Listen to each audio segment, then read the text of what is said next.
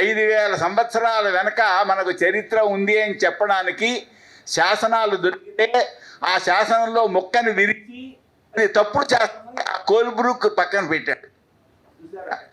అయితే బాధ కలిగింది. నేను కష్టపడి పాత శాసనం సంపాదిస్తే ఈయన తప్పుడు శాసనాన్ని పక్కన పడేశాడు అని సుబ్రహ్మణ్య శాస్త్రి అనే పేరు కలిగిన ఒక భారతీయ గణితజ్ఞుడికి ఇచ్చాడు ఆ శాసనం. 5000 సంవత్సరాల నుంచి హిందువులు ఉన్నారు, హిందూ మతం ఉంది అని తెలుస్తుంది. మనకంత చరిత్ర లేదు, మనకున్నది 2000 సంవత్సరాల నుంచే, కనుక దీన్ని మనం నమ్మకూడదు అని చెప్పని ఆయన తాను దానిపైన నోటు రాసి మరీ అవతల పెట్టాడు. ఈ రెండు చరిత్రలో జరిగిన పెద్ద మోసాలు, ఇంగ్లీషు వాళ్ళు చేసిన మోసాలు. ఈ మోసాల వలన ఏం జరిగింది? ఏదో చేశారని ఎప్పటి మాట, ఎందుకండి ఈ గొడవ అనేవాళ్ళు మనకి ఇప్పుడు ఎక్కువ ఉన్నారు. నేను చెప్తున్నాను, శ్రీకృష్ణదేవుని యొక్క గొప్పతనం గురించి చెప్పడానికి నేను ఇక్కడి నుంచి తుని వెళ్ళాను. 3 రోజులు చెప్పాను. చాలా సంతోషించారు. ఎందుకంటే ప్రపంచంలో శ్రీకృష్ణుని వంటి పాత్ర మరొకటి లేదు. ఈ ఒక మాట చెప్పడానికి 1 గంట సేపు చెప్పచ్చు, అంత అద్భుతమైన చరిత్ర అది. ఏ పాత్ర ఇంత అద్భుతం కాదు. భగవానుడి అవతారాల్లో కూడా శ్రీకృష్ణ అవతారంలో ఒక ప్రత్యేకత ఉంది. ఈ విషయం 3 రోజులు చెప్తే అందరూ సంతోషించారు. ఒక ఎంఏ ఫిలాసఫీ వాడు నా దగ్గరికి వచ్చి, నువ్వు 2 ఎంఏలు చేసి ఓ పిహెచ్డీ చేసి జనాన్ని ఎందుకు మోసం చేస్తున్నావు అని ఒక కవిత్వం రాసి నాకు ఇచ్చాడు. అదేంటి మోసం చేయడం ఏంటి? క్రీస్తు పూర్వం 4వ శతాబ్దంలో హిందూ మతం పుట్టినట్లయితే 5000 సంవత్సరాల కృష్ణుడు ఎక్కడొస్తాడు? కృష్ణుడు లేడు. లేని కృష్ణుడి గురించి నువ్వు గొప్పగా చెప్తావేంటి? అది అతని ప్రశ్న నాకు. చూసారా? ఇప్పుడు చూడండి, ప్రభుత్వము రాముడు లేడని ఎఫిడవిట్ ఇచ్చింది. చదువుకునే విద్యార్థి కృష్ణుడు లేడని నా దగ్గరికి వచ్చి వాదించడానికి వచ్చాడు. ఆ విద్యను చదువుకున్నటువంటి విద్యార్థులు దేశాన్ని ముక్కలు చేస్తామన్నారు. అంతేకాదు, ఇంకో మాట కూడా చెప్తాను. క్రీస్తు పూర్వం 16వ శతాబ్దిలో ఆర్యులు భారతదేశానికి వచ్చి ద్రావిడులను కిరాతులను చంపి వాళ్ళ ఇళ్ళు దోచుకుని వాళ్ళ ఊళ్ళు తగలబెట్టి దేశాన్ని ఆక్రమించుకున్నారని కూడా వీళ్ళు చరిత్ర రాశారు. కానీ దానికి ఆధారాలు దొరకలేదు. ఆధారాలు దొరకకుండా చరిత్రలో రాశారండి. రాహుల్ సాంకృత్య అనే పేరు కలిగినటువంటి చరిత్రకారుడు, అతడు దివోదాసు మొదలైన పుస్తకాలు రాశాడు. నాకు ఒక క్రైస్తవ సహచరుడు అంటే నాతో పనిచేసే ఆయన ఆ పుస్తకం నాకు ఇచ్చి ఏమంటారండి అన్నాడు. చూశాను, ఏం చెప్పను. ఋగ్వేదంలో ఈ మంత్రాలలో ఆర్యులు ద్రావిడులను నాశనం చేసినట్టుగా ఉంది అని ఆ మంత్రాలతో సైతంగా ఇచ్చాడు ఆయన, కాలాలతో సైతంగా. దివోదాస్ ద్రావిడులను దస్యులు అంటాడు. ఏమండి, అప్పుడు నేను బాధపడ్డాను. ఏం చేయాలి? సమాధానం ఏమిటి? 1 సంవత్సర కాలం ఒక ఆయనకి ఋగ్వేదం పాఠం చెప్పి ఆ పైన ఆ పుస్తకం రాశాను. ఋగ్వేదానికి రాహుల్ గ్రహణం అని. ఋగ్వేదానికి రాహుల్ గ్రహణం. దాంట్లో రాసింది ఏమిటంటే, ఋగ్వేదానికి ఈ దివోదాసు రాసిన ఆయనకి సంబంధం ఏమీ లేదు. ఈ దివోదాసు పుస్తకానికి ఋగ్వేదానికి సంబంధం లేదు, కేవలం కల్పిత గాథ. ఇతను రాసిన మంత్రాలు తప్పులు ఉన్నాయి అని చెప్పి దాంట్లో ప్రతిపాదించడం జరిగింది. అయితే ఈ చరిత్ర వలన వచ్చే నష్టం చెప్తాను.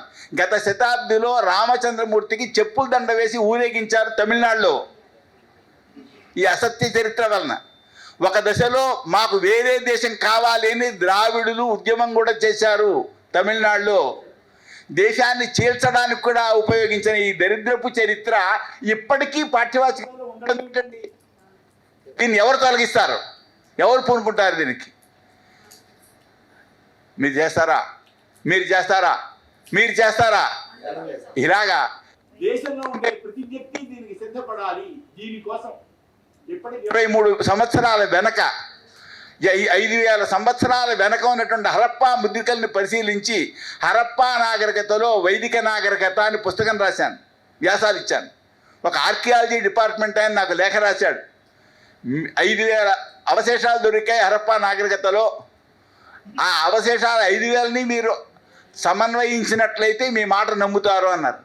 ఎందుకంటే వాళ్ళు ఏం రాశారంటే, హిందూ మతం క్రీస్తుపురం 4వ శతాబ్దిలో పుట్టింది. హరప్పా నాగరికత హిందువులది కాదు, అది వేరే వాళ్ళ నాగరికత. వాళ్ళు మత సంబంధమైన అవశేషాలు ఏం వదిలి వెళ్ళలేదు, అది వేరే నాగరికత అని రాశారు వాళ్ళు. నేను అది కాదు వైదిక నాగరికతే అని చెప్పడం చూపించాను. ఆయన మొత్తం చూపించమంటున్నాడు. దానికోసం కలకత్తా వెళ్ళాను. కలకత్తా మ్యూజియంలో ఉండేటువంటి కొన్ని ముద్రికలు తెచ్చాను. హరప్పా నాగరికతలో నమక రుద్రుడు మీకు తెలుసు, గుళ్ళో నమకంతో అభిషేకం చేస్తారు. ఆ నమకంలో ఉండేటువంటి ఏ లక్షణాలు రుద్రుడు ఉన్నాయో అవి హరప్పా రుద్రుడికి ఉన్నాయి. ప్రత్యేకించి అదో వ్యాసం. హరప్పా నాగరికతలో శివావతారాలు, హరప్పా నాగరికతలో వైదిక లక్షణాలు వరుసగా రాశాను వ్యాసాలు. కొందరు యూనివర్సిటీ వాళ్ళు నాకు ఆ పుస్తకం పంపించమని అడిగారు కూడా, పంపాను. ఏం చర్య లేదు. ఇంతకంటే గొప్ప విషయం ఉంది. ఎస్ఆర్ రావు అని ఆర్కియాలజీ డిపార్ట్మెంట్లో గొప్ప వ్యక్తి. ఆయనకు ఎవరో ఇలాంటి మహానుభావులు ఓ పీఠాధిపతి చెప్పడం వలన ద్వారకా నగరం పక్కన ఉండేటువంటి సముద్రంలో దిగి ఆ లోపల ఉండేటువంటి అవశేషాలను పరిశీలించి ఇప్పటికి కొన్ని దశాబ్దాల వెనక ద్వారకా నగరం ఉన్నది, శ్రీకృష్ణుడి ద్వారకా నగరం ఉన్నది అని చెప్పి ఆయన పరిశోధన చేశారు. ప్రభుత్వం సహకరించలేదు. అయినా సరే వ్యక్తుల దగ్గర కొంత డబ్బు సేకరించి 60,000 రూపాయలు సేకరించి ఆయన ఆ సముద్ర గర్భంలో ఉన్నటువంటి ద్వారకా నగర విశేషాలని గ్రంథస్థం చేసి మనకు అందించారు. అప్పుడు చాలామంది మీలాడి ఇప్పుడు మేం చేస్తామని అన్నారు చూసారా, ఇలాంటి కొందరు ఉత్సాహవంతులు ఏం చేశారు, హిస్టరీ కాంగ్రెస్లో దీన్ని పెట్టాలి అని ప్రయత్నం చేశారు. ప్రయత్నిస్తే ఏం జరిగింది, హిస్టరీ కాంగ్రెస్ వాయిదా పడింది కొన్ని దశాబ్దాల కాలము. హిస్టరీ కాంగ్రెస్లో పెట్టడం జరగలేదు. 5,000 సంవత్సరాల వెనక కృష్ణుడు మనకు దొరికినా, ఆ అవశేషాలు లభించినా కృష్ణుని యొక్క చరిత్ర పుస్తకాల్లో ఎక్కలేదు. విద్యార్థులు మాత్రం కృష్ణుడి గురించి చెప్తే ఏమంటున్నారు, ఎందుకు ఈ అబద్ధాలు ప్రచారం చేస్తావు అని అంటున్నారు. చెప్పండి ఎంత ఘోరం. కనుక ఇప్పుడు నేను చెప్పినటువంటి 2 అంశాలు బ్రిటిష్ వాళ్ళు చేసినవి.